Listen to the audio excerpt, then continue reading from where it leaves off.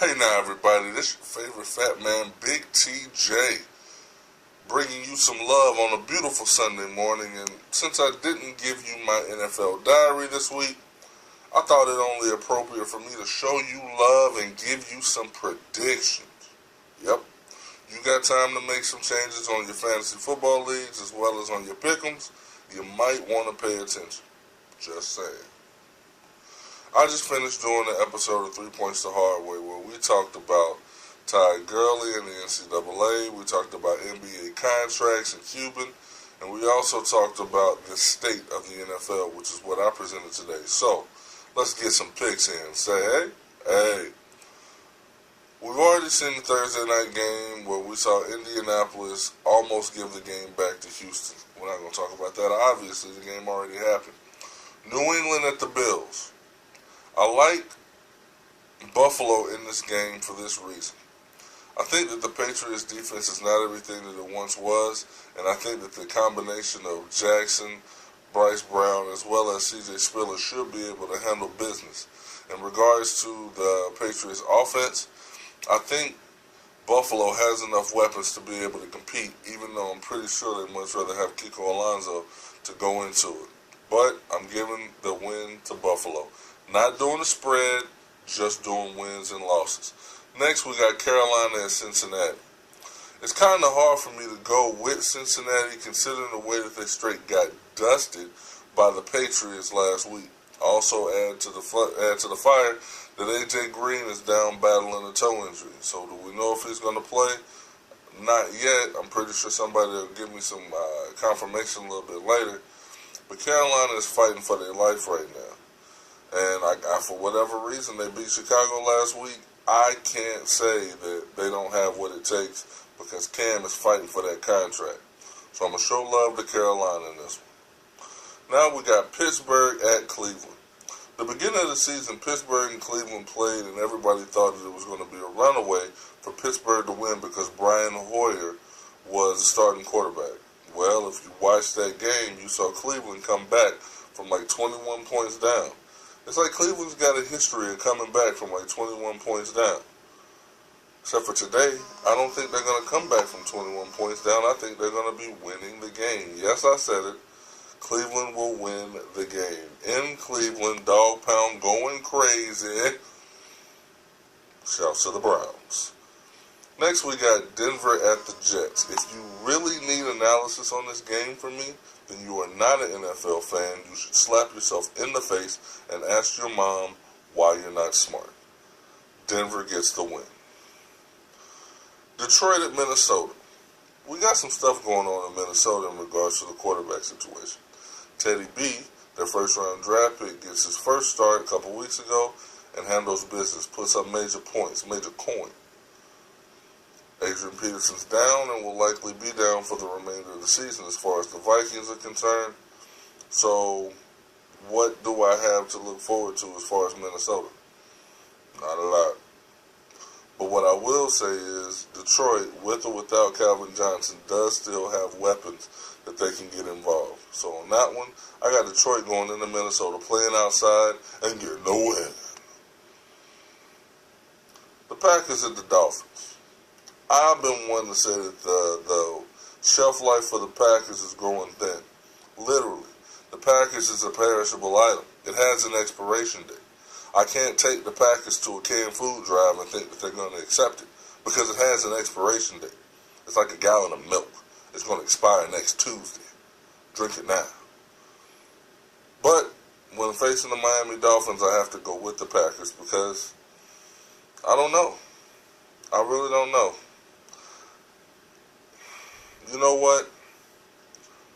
I'm about to do y'all a solid. Bam.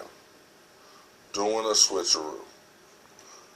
I'm probably going to be real upset with myself about this later, but I'm going to pick Miami to win that game. Why? Because no Sean Moreno can run the rock. Green Bay's defense is not set up to stop the run, but Miami's defense is set up to put pressure on the QB. And with that Green Bay offensive line being in shambles, we might see a repeat of what Miami Dolphins did to Tom Brady against Aaron Rodgers. And I repeat, the Packers will spoil next Tuesday. Drink it.